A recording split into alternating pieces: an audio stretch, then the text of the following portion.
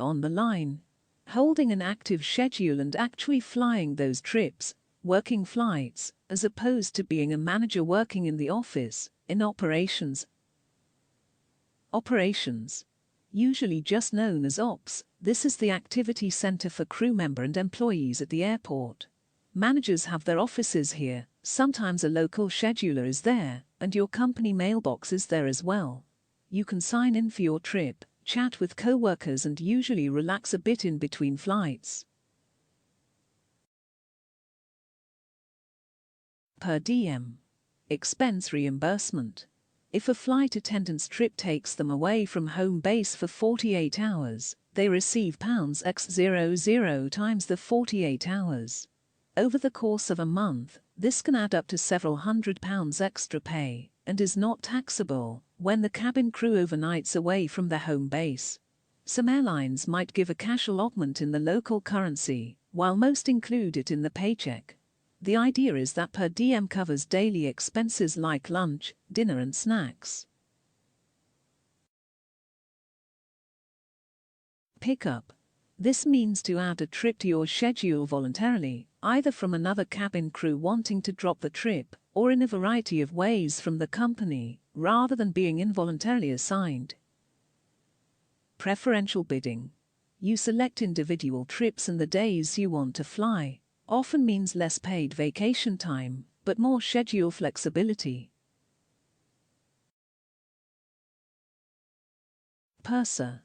The public would call this the senior flight attendant, or person in charge, but the purser is simply the one who coordinates the crew, and is in charge of paperwork, and responsible for various international customs documents. The term is similar to the purser on a cruise ship, who oversees the staff. Some airlines have pursers who are members of management, separate from main flight attendant corps, and others use regular flight attendants who have had additional training in service, conflict resolution and procedures. Recall rights. When a flight attendant is furloughed, there is usually an indefinite period, a minimum of 2 years. The airline must first offer the furloughed a job before hiring outside the company. A flight attendant may be required to give up their recall rights if hired by another airline. Red eye. It is what passengers call an all-nighter, see all-nighter. The term probably arose from passengers getting only a few hours sleep on these flights, arriving with red eyes from lack of sleep. Reserve. Being on call, at the beck and call of the company. This term can also refer to a person who is on reserve. Reserves are used to cover for flight attendants missing from a crew, either planned or unplanned, due to illness, traffic delays or other reasons. Reserves have no set schedule for the month, only pre-planned days off. Sit time. Time spent between flights at the airport with nothing to do, but still considered on duty. Long sit time can make for a long duty day, even when working a short trip with limited flying time. This explains why a day with 7 hours of flying can be 13 hours on duty. Special meal. Meals that satisfy dietary restrictions or preferences, such as a meal that is kosher, vegetarian or is low fat. Other special meals used to include seafood platters or children's meals. Slam clicker. A cabin crew who is not interested in socializing with the rest of the crew on a layover. The term comes from what happens at the hotel. They slam the door closed and click the lock with the do not disturb sign still swinging.